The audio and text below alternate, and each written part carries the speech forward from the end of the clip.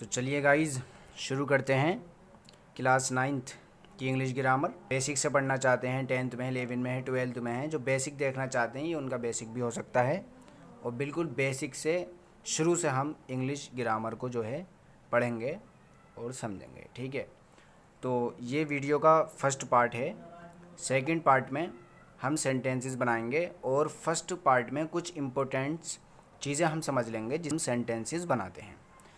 तो गाइस, जिस तरह मैथ के अंदर फॉर्मूला होता है, उस फॉर्मूले पर पूरा सवाल होता है, पूरा जो है क्वेश्चन हमारा प्रश्न जो हल होता है उसी फॉर्मूले के ऊपर होता है। इसी तरह लैंग्वेज यानी जो हम ग्रामर पढ़ रहे हैं, इसमें भी जब एक लैंग्वेज से यानी इंग्लिश से हम या हिंदी से इंग्लिश में कन्वर्ट करते हैं हिंदी को, तो फॉर्मूले के ज़रिए आसान हो जाता है, उससे जो है हम कन्वर्ट करते हैं। तो वो जो हमारा फार्मूला है जिससे हम हिंदी से इंग्लिश बना सकेंगे वो है हमारा सब्जेक्ट, यानी एस फॉर सब्जेक्ट। पूरी स्पेलिंग में नहीं लिख रहा क्योंकि आएगी नहीं इस पर, तो एस से आप समझ लेना ये सब्जेक्ट है, और प्लस वी से हमारा ये हो जाएगा वर्ब, वी ये वर्ब हो जाएगा, थोड़ी राइटिंग ऐसी आ रही है इसमें, और प्लस ऑब्जेक्ट।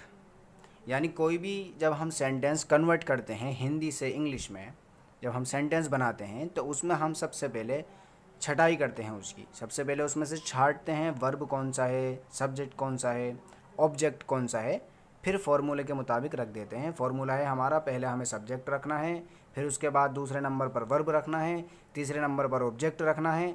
ये हमने इस तरह से रख दिया तो हमारा पूरा सेंटेंस इंग्लिश का बनकर तैयार हो जाता है। तो गाइज़, ये वीडियो का फर्स्ट पार्ट है, स्टार्टिंग से मैंने आपको ये समझाया है। अब जो मैं नेक्स्ट पार्ट अपलोड करने वाला हूँ उसको आप ज़रूर देखिएगा। उसमें हम सेंटेंसेस बनाएंगे इसी फॉर्मूले पर, और बिल्कुल बेसिक से ये हमारा होगा।